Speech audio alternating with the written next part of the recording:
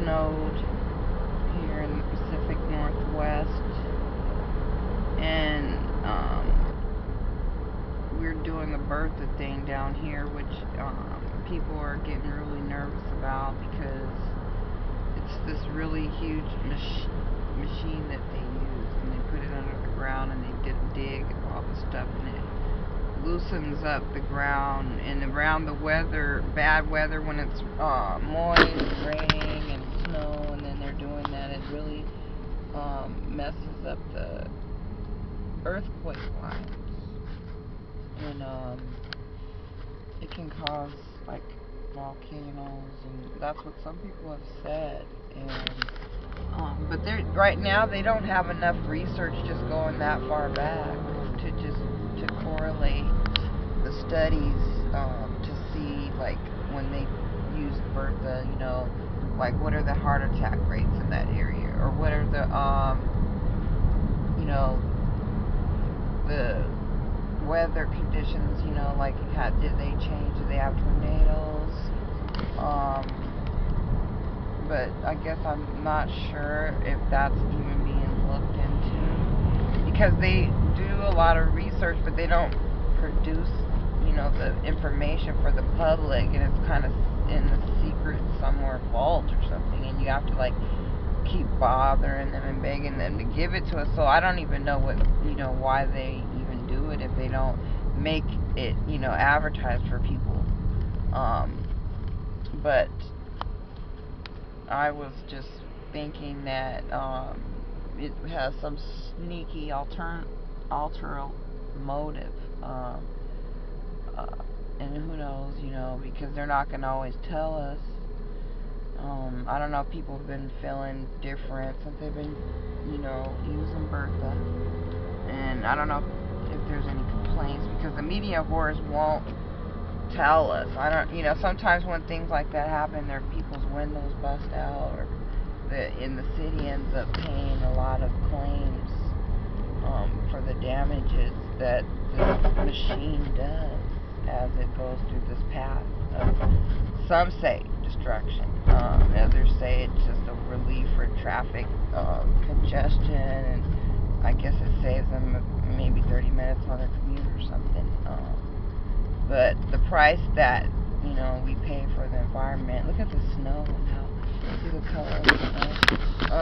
I don't know what they're really dumping on the road, but it's not regular dirt. It almost looks like a different color, like a orange, like Agent Orange. But I mean, I don't know. I wasn't in the Vietnam War, but I'm just saying it looks a little orangey to me. But I don't have a lab, and I can't just go out and test things, because they make the people that are willing to do that have limited resources. Right now I'm in the process of practically being forced from my home. I got tricked into believing that if I took care of my mom and helped her, that I could have the house, and that I would have the notice if she ever moved, and she'd wait until I was at least had a good job or something to take care of the house. But it just never works the way you plan, and it was just an abrupt move, no notice, left in, rears and back payments, just a lot of debt. So it put me behind. Now I'm in the, in the red. I have to, who knows, probably move. So I'm not going to be able to make a lot of videos, because the elites, when things start to get good, when when they see that you got a flow, or you're on a roll or whatever, just like when you go gambling and you keep, you play and you get more and more money. Well, they are losing money, so they want to just basically cut me out. They don't like competition, even though they've had their businesses since the 1800s. Most of them have established themselves, their brands, and have plentiful money coming in, profits everywhere, and they just can't stand the thought of someone coming coming in and just outdoing them or making a better product, and them losing that percentage of the market. And it drives them just bananas. So they get played dirty. And they try to, I guess, get personal with you. They don't care if you're a mom or whatever. They just, because a lot of these guys are homosexuals, and they take pure pleasure in taking down women because they think women are disgusting. Our vaginas are nasty. They don't want to touch us. They get goosebumps actually when even just the thought of being loving towards us. And so a lot of them hire these kind of guys as CEOs and heads of companies because they go in and they target women, and that's their main MO. Is they just know that they can't go toe to toe with a man because they're just sissies. They're and so they go and they look for the easy, quick beat down or whatever, takedowns, and then they feel like, oh yeah, I'm a champion. I got this woman or whatever, and then it makes them feel like they're stealing somewhat of the woman's spirit or characteristics, and then they almost take on some of what they took down. It's like they rob you, come in and take your clothes or whatever, and then start dressing like you. And some of them just watch you, and they even come in and they pretend to love you, and then they take your stuff. And you gotta really watch it, because you will look up and your things will be missing. Like just underwears or like lipstick, socks. I mean, dude, you know what I'm saying? So, it's trippy, these guys, let me tell you. They're dangerous. They don't want to come up and be upfront. It's all a game. It's all part of Illuminati scams.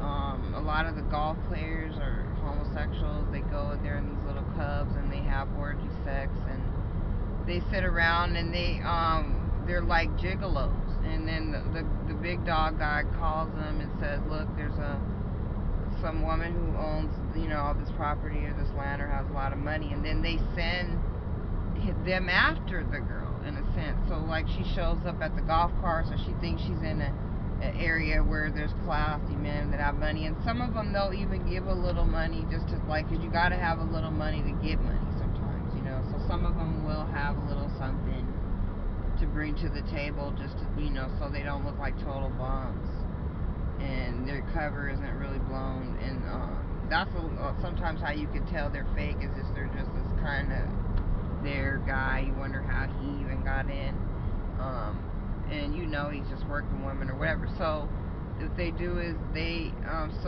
see the woman come in. They already know about you because they got the profile, they got the debriefing. The big dog wants to take that land or wants her business, and so he hires like a decoy golf guy, and then the golf guy puts it in the hole, that and they do the golf moves, because that's how when they squint and they get down on their knees, like, and they be looking at that hole and they be checking and looking, they know like when to get you.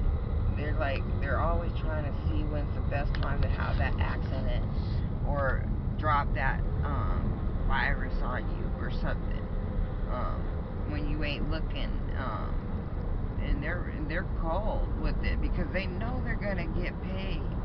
And the man told him, he said, man, because they know how much you're worth, and so they use love because they know women are vulnerable and that there's a man shortage, and that in the last days men aren't going to be men, and that they say that a lot of women are taking over jobs and businesses because men are fulfilling their duties.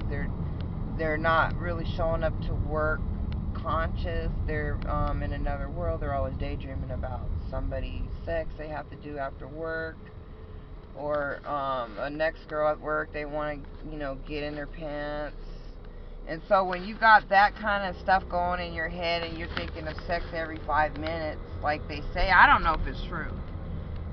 If men really do think of sex every 5 minutes. I've asked some of them and they have admitted it. And even a majority of them they won't have no shame in it. And you could talk to them on the phone and they'll just start bringing up sex every minute. I mean, any subject you bring up, they wind it around sex. And you can almost get tired with that. And so you kind of know what they're about. And those are the guys that generally don't sometimes own their own businesses. Not always. But they don't work that hard or whatever. And they don't try to establish that home front where the woman could come and be the wife and have a kitchen and have a nice home environment where it's cozy, it's a good place to come, you feel safe.